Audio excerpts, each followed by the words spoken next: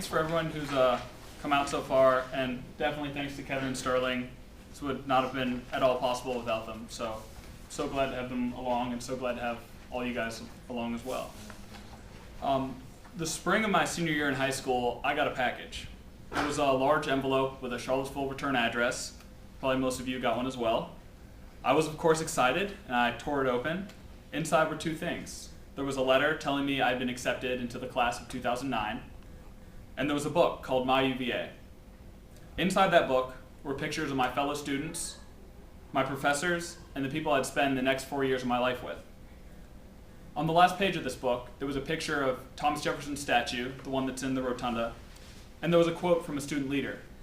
The quote read, "Renewing commitment to student self-governance means having a certain amount of courage. It means students not being afraid to take ownership of this university, and faculty, parents, and administrators not being afraid to let them wrestle with problems over time. Living and working at UVA means finding the courage for a new kind of citizenship, one we often cannot find outside these grounds."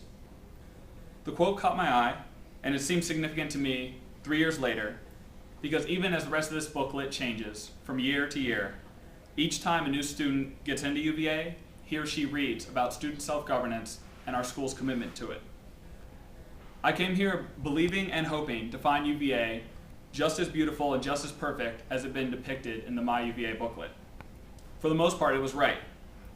There are thousands of great students, all with unique talents and viewpoints. There are world-class professors with unparalleled accessibility. There are dozens of sports teams with championships notched on their belt and an incredibly fun atmosphere at every game. And the tradition of the lawn and the legacy of Thomas Jefferson are still very much alive. Not everything, however, is perfect. I can't help but remember the promises of My UVA and wonder what happened to student self-governance. Students need their voice to be heard. When a student is mugged walking home at night, and the next morning's Cavalier Daily quotes the administration, blaming the victim for listening to her iPod, students need their voice to be heard. When there are more police trolling for underage drinkers at Foxfields than patrolling Wortland and Grady at night, students need their voice to be heard. When the administration spends tens of thousands of dollars on fancy plasma screen TVs, instead of investing in recycling and renewable energy, students need their voice to be heard. And make no mistake, it is student council's job to make sure these voices are heard. But student council has lost sight of this role and of this responsibility. Instead, student council focuses inward, touting endless internal reforms and ignoring its duty to speak up for students. Student council has failed. Why has student council failed? It has failed because its leaders have not yet been willing to stand up and speak for each and every student. It has failed because its leaders have not yet had the vision to unite the student body and repair student council's flaws. How has student council failed? Student council has failed when students must pay an average of $500 or $600 on textbooks each semester. As a government major, I thought my textbook prices were pretty high, but then I spoke with my friends who were in the e-school and those who were in science majors, and even just one textbook can cost them $300. Student council has failed when this continues semester after semester, year after year, and there is not a council-wide concerted effort to do something about it. Student council has failed when students carry their books home at night, peeking over their shoulder, and hurrying down streets on which they don't feel safe. Week after week, we read stories of students mugged walking down Grady, down Rugby, down Wortland, or behind Lambeth. But student council fails the students again and doesn't find a solution or even utter a single statement of indignation. It is student council that must speak up for the students who spend over $1,000 on textbooks each year. This is why I took it upon myself last fall to establish a group within the Student Life Committee I chair. This group would investigate the situation and propose a solution. Even though it wasn't in my committee's job description, we decided it was important, and we knew nobody would do anything if we didn't. Now we have a proposal that's before council, expected to pass less than a week from now. We even made it onto the front page of the Cavalier Daily. And already there are more textbook rental and guaranteed buyback books than ever before. And this trend will continue thanks to the efforts of those on my committee. It is student council that must speak up for the student who lives on 14th Street or at Lambeth and walks home afraid to listen to their music or talk on their phone. Sterling has been a committed advocate for student safety time and again, and this is just one of the many reasons that I am enthusiastically supporting her in this election. She has served on the Safety and Wellness Committee, and she truly understands the issues that students face. The two of us even partnered together on a plan she spoke about earlier that was introduced yesterday and will increase the availability of water at football games, letting every student bring in one sealed bottle of water. It would prevent dehydration and heat stroke, which claimed over 100 victims during just one game last fall. Together, Sterling and I are ready to take on the next challenges with the same steadfast commitment and devotion we have brought to our previous efforts. That is why I commit to fight for real changes in how we treat our fellow students on financial aid. One of my greatest joys at UVA has been the clubs I've been a part of. With my club sports team, I traveled all the way to Tennessee, to North Carolina, and to Maryland.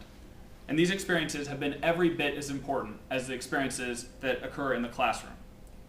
Yet I realize that these experiences are out of reach for many students who cannot afford to travel or pay the required club dues.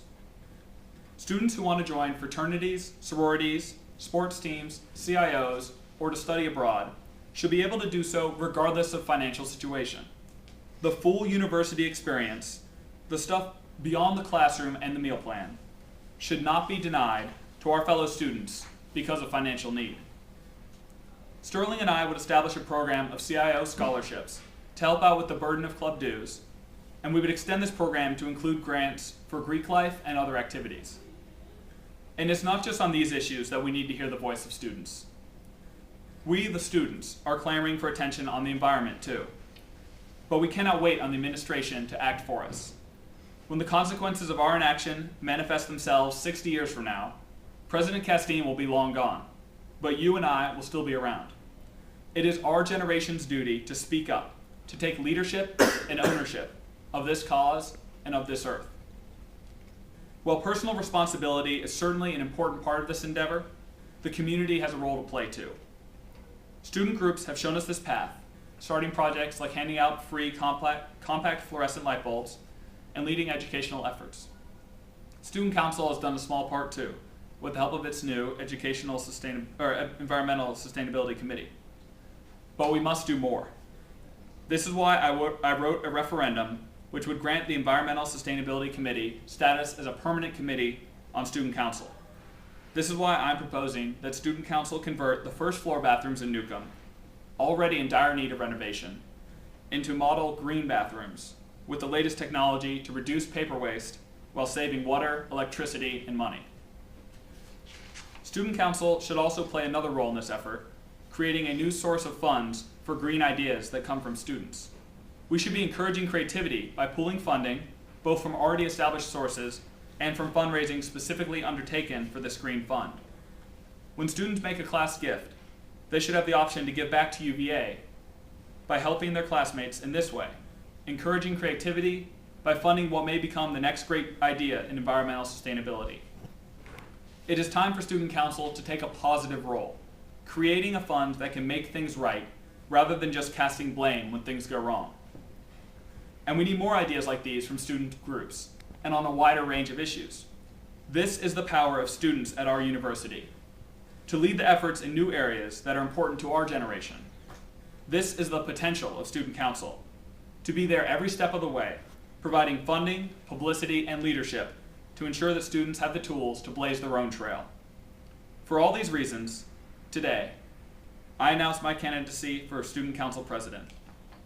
As Student Council President, I will fight to bring back the student voice. As Student Council President, I will fight to give every student access to the incredible opportunities I have had at UVA. As Student Council President, I will fight to lower textbook costs, to ensure the safety of each and every UVA student, to protect the environment, and give my fellow students the tools to do so. I know I cannot do this alone. I don't think anyone could do this alone. Student Council needs voices from every corner of this university if it is to accomplish what it must accomplish.